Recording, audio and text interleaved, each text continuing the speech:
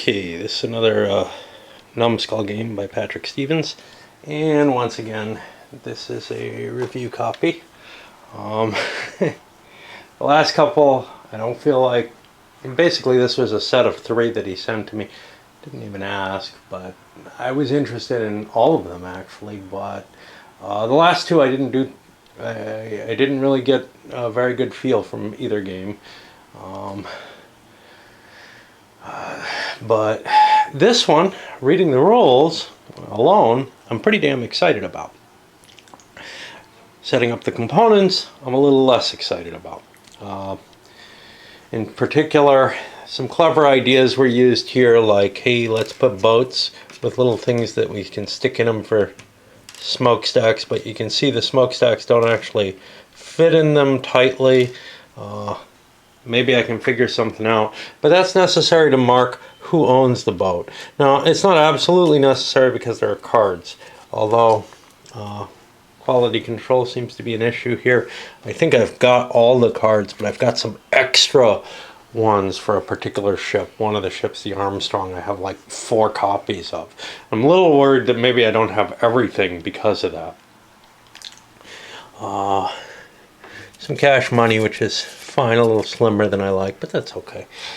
The cards, now I don't know if this is because this is an older game. This game was printed, I mean, I got a brand new copy, but this game was only printed in 2010, so it's not that old.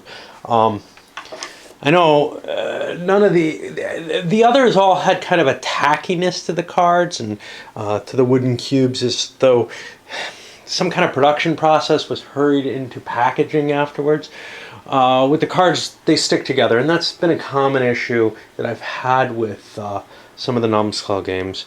But in this case, they seemed a little worse. I don't know, they seem like they're almost crackling and about ready to shatter or something. But certainly if you put your cards in sleeves, that's not going to be an issue. But there's something that feels kind of funny in them, as though they had been baked or something. I don't know. What else? Some kind of iffy 8-sided dice. Alright. I've got some pieces I don't know what to do with setup. Maybe these are meant to be markers that are put on the price charts instead. That would make some sense, instead of the cubes that I'm using there. One of them may be meant for the turn track. It says put a marker on the turn track. These are the only things I have that could justify as markers, or maybe this. I don't know. We'll figure that out as we go. I'm thinking that there are some tracks that I don't have, or things that look like tracks that I don't have pieces on, though.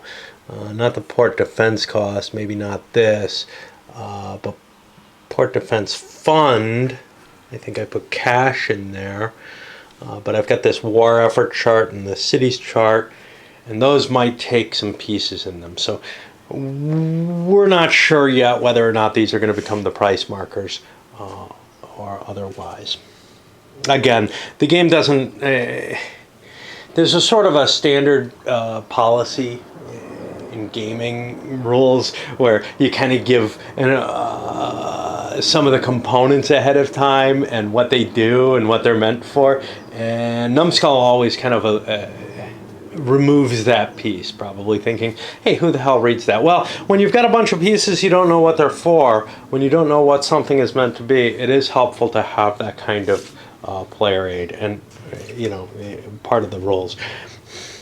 Okay, so this game is about running the blockades to make money. Now, there's a strange semi-co-op aspect to it, but it's not really. The victory conditions are pure competitive, but the semi-co-op aspect is that you might want to keep the South running. You might want to be helping them out in certain ways rather than just padding your own money. Now, to some extent, you suffer consequences if you're not helping the South, but there's also consequences that affect everyone or affect people by geography. Okay. So each player starts with an amount of money and ships based on the number of players. I'm going to be playing a 6-player game, so we each get a ship that holds 2 cargo and has a speed of 2, and a ship that holds 1 cargo and has a speed of 3. We have other varieties and flavors up here. All of them are named. As far as I can tell, they're all historical blockade runners from the era, and with images of the ship, which is just awesome. I like that kind of thing. You have a bunch of counters here. This is to handle the blockade itself. This is to handle capturing Confederate cities. These guys are your commodities. The white is cotton. The brown is tobacco. The black is black market goods. And the red is war materials. The government is kind of funding you, in some sense, to run the blockade by with the understanding that you're going to haul war materials back. But there's greater profit in hauling the black market goods. Sort of. And then these are going to be ironclads. This is really meant to indicate the port defenses in each of the ports, and there's starting values in each of them. Then you have a bunch of sea zones. The map is a nice solid piece map. Doesn't have to be bound together particularly, although I found some of the popular front map I had trouble with because it had to be bound together with a clip. Okay, the game's going to be in 5 years. Each year you do a union action, then commodity management, and then you determine what the player order is, and then the players take their actual turns. So for the union action, there's going to be 4 phases. First a blockade, then a port assault, then inland city capture, and finally the high seas squadron. The blockade, port assaults, and inland city capture are going to be based on how much war goods you're able to ship to the Confederacy as all the players together. The more war goods you bring, the better the Confederacy's chances of surviving the Union actions. So, the first thing you do is you check the number of war goods, and that's this chart here. And we're going to spend a lot of time looking at this, and unfortunately I've got it upside down to me. So, what do you do here? You look at the number of war good loads per turn, traced here, and that'll give you the number of Union blockade cards drawn, and it also gives you markers for how many inland cities are going to be captured and how many port assaults there are.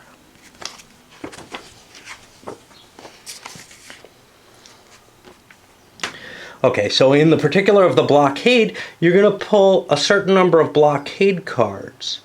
The base is 12, drawn from the blockade deck, but the more war goods you bring in, the less blockade cards the Union might get. And if you bring in enough, they get none. What do those blockade cards do? Well, I think they're these guys with the Union flag on them. And they'll give you towns that the blockade's in place against. You increase the value of the Union blockade in each city. The cards are drawn by 1. Except the last X number of cards, based on these spaces, are the number of ports that are going to be assaulted. Now, the last, say, if you're here, the last two cards drawn will be port assaults. Here's the last 3. Here's the last 4. Up here, I guess there's no port assaults. So the city's chosen by the last cards drawn. Yeah, I think maybe there's always a port assault. Yeah, there's always a port assault if there's a card drawn. But here it becomes 2. Okay. At the cities, according to the port assault, you increase the Union blockade value by 2 instead of just by 1. And now, if the new value is equal to or higher than the Confederate port defense, the number here, I guess, then the port is closed. If there are no ports blockaded in a turn, no ports will be assaulted, otherwise at least one is. All ships present in that port must immediately make a roll to evade the blockade, and then they make a free movement at their normal speed. If multiple players have ships in the sea zone, they all move out in turn order.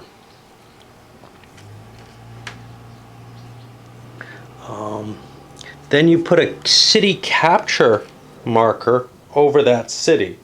And that city is no longer a Confederate city. So, for example, if Franklin's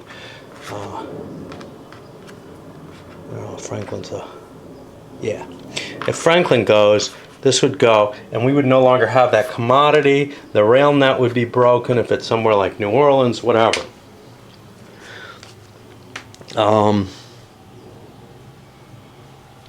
Now,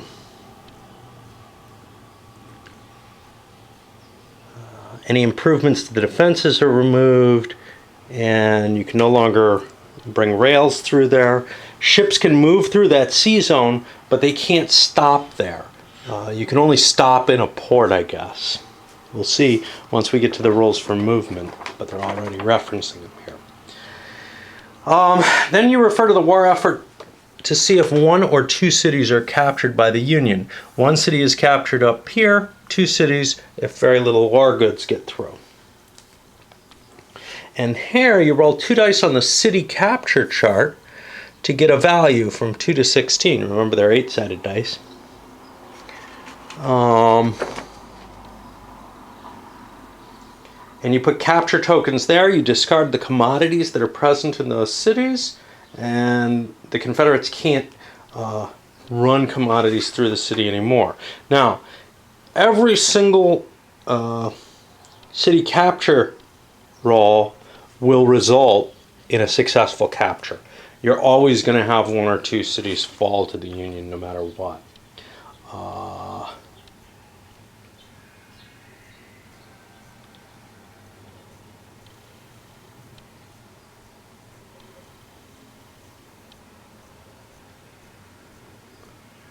There doesn't seem to be anything about discarding the cards that are drawn for captured ports, so I think those go back in the deck, and it's possible that the Union naval effort might hit a city that's already been captured that way.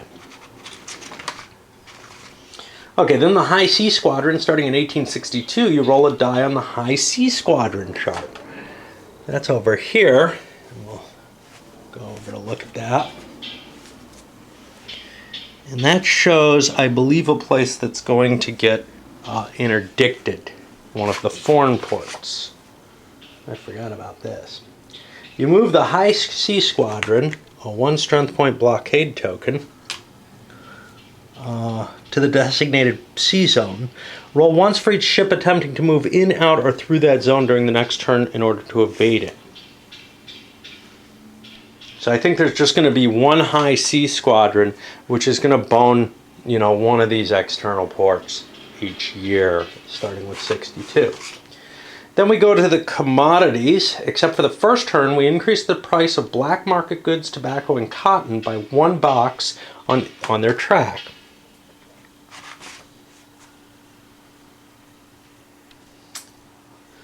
If none of that type of commodity was delivered the last turn, instead you increase the price by 2 boxes, and then you refill all the commodity boxes on the board.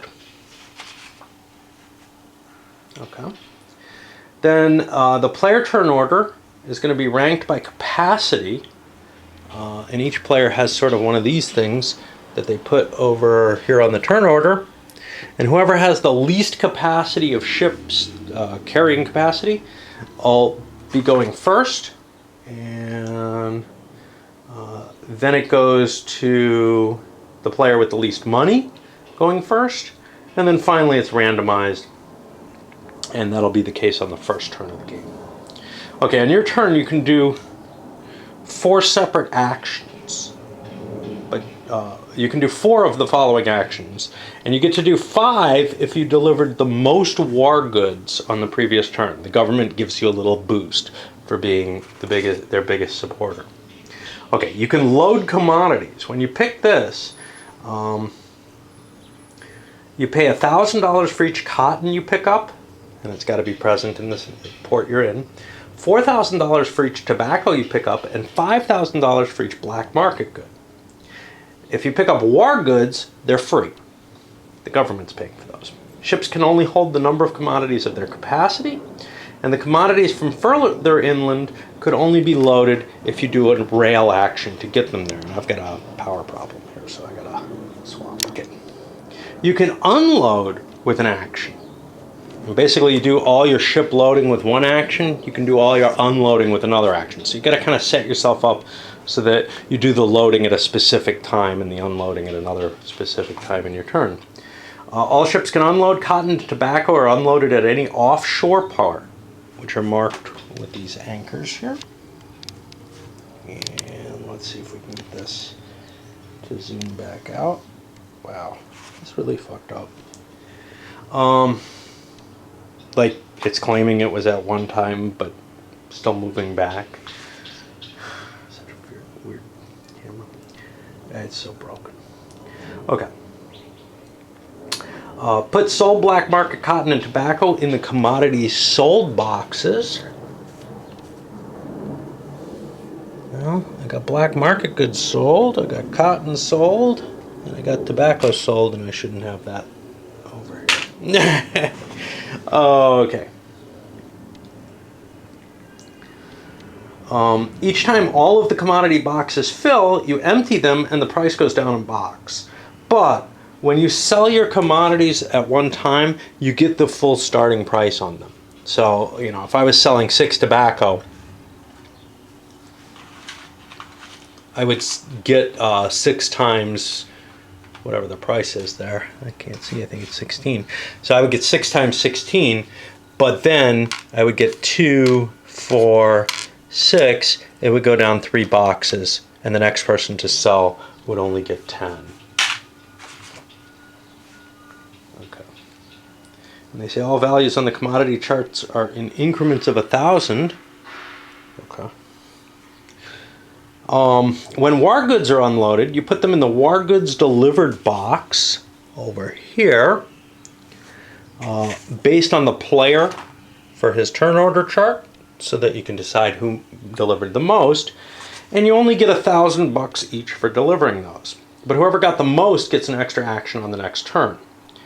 If a ship happens to carry, hold on, if people are tied, they all get the bonus action. If a ship carries more black markets than war goods, they have to pay bribes, and the black market goods are going to be sold for $5,000 less than their current market price. You still make money even at the lowest black market price by hauling them, except that you had to buy black market goods at $5,000. So, okay. No, you'd be better off carrying war goods if black market prices are low. There's no question there.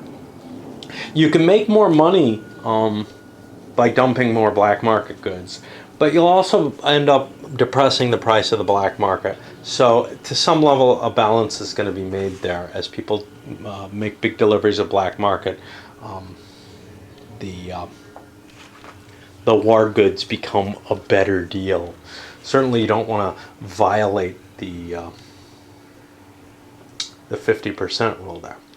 Okay, another action you can take is to move. You move all your ships one time at a distance equal to their speed. If they start in a zone with a Union blockade, they have to roll to avoid it. If they enter any sea zones with a blockade over the course of the turn, they have to roll for each one as it's entered. If the ship has no cargo, it's considered to have 1 point more speed for both movement and blockade evasion. If a ship does not move, it doesn't have to roll to avoid the blockade, so you can sit in New Orleans all game if you want, if that excites you. Rolling to avoid a blockade, you add up the ship's total value. That's going to be its speed, the value of the Confederate port defense in that space, any cards that might affect the run, and if the ship is empty, 1 more. You subtract from this the strength of the Union blockade. Then you roll 2 dice. If both dice are higher than the final value. Now, I don't know if that's the sum of the 2 dice. It doesn't sound like it to me. It sounds like if each of the dice, but each of would have been a clearer way to put it, if that's the case. Both almost sounds like some. But if both dice are higher than the final value, the ship is caught and destroyed with everything on board. Okay? So, the speed, the port defense, and cards that affect the run, and one more for being empty, is my bonus number. And from that, I subtract the size of the Union blockade, which could be pretty big too. And then I want to have at least one die not over that amount. Now, I could choose to dump my cargo overboard if it looks like I'm facing a bad blockade check, but I do that before I throw the dice. Another action I can take is to play an action card for its effect. Now that's this deck here, and these are going to have specific effects on them. If I play it for the effect, I get $5,000 added from the bank to the Port Defense Fund. And then I'm allowed to spend the money from the Port Defense Fund to build up the defenses of ports. The prices on this are marked in the port defense cost. So if I want to move to level 2, it costs 10. To level 3, it costs 15. So, you know, how much we build up the port defenses is an issue there. I believe the port defenses can't go above a 6. Because we have no price for above a 6. Okay, that's sensible enough. Any money left over in the Port Defense Fund kicks around until the next player plays a card.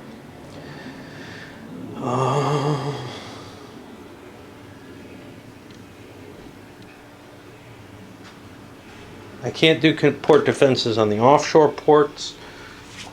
They have their own. But if I don't like the card that I have, or cards that I have, I can play the card for an extra $5,000 in the Port Defense Fund right off the bat. So instead of playing the card for its effect, I can play it to put for its effect in $5,000. I can play it directly and just put $10,000 in the Port Defense Fund if I care about that much. Players can trade cards, but they have to play card for card. Another action I can take is I can start bidding on ships. And it really is start bidding on ships. I select a ship that's available. There's a minimum price for the ship, listed here as cost. I have to bid at least that.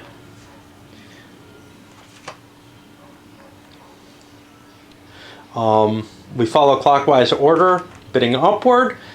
If one person one person will end up with the high bid, and they buy the ship. If it's the guy who initiated the auction, we're done.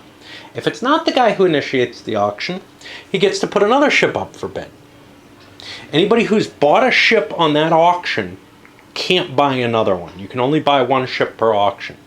Obviously, the idea here, though, is you can guarantee you'll get a ship, but you might be giving everyone else a ship too if you're low on cash. So you got to kind of think about whether or not you want to trigger an auction.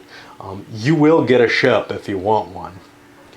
You can also take an action to rail commodities. It allows a load action this turn to include commodities railed from other cities. Commodities can't be railed through cities captured by the Union. When you load a ship using rail movement, you have to pay for the commodity and an extra $1,000 for each section of track to get to that commodity. So if my ship is here in New Orleans and I want to get something out from Grand Junction, that's 2 segments of track, so I have to pay $3,000 to load up that tobacco. I think it's only $1,000 for tobacco, no? I seem to remember. No, $4,000 for tobacco.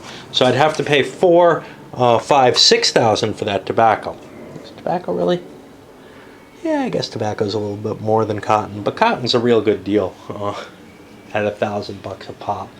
Especially since you don't start out with a lot of money. You have $5,000, at least in the 6-player game, you only have $5,000. At the end of the last turn, the player with the most money in their hand, plus the value of ships, still floating, wins. If there's a tie, whoever has the most capacity wins. Then, if there's still a tie, the person with the most speed wins, most total speed. You can make deals, you can't transfer cash, deals must be kept. Deals will usually be trading cards, but you can make agreements to play in certain ways, to use the port defense in certain ways. If you lose all your ships, this is strange because this isn't part of the rules. This is a courtesy.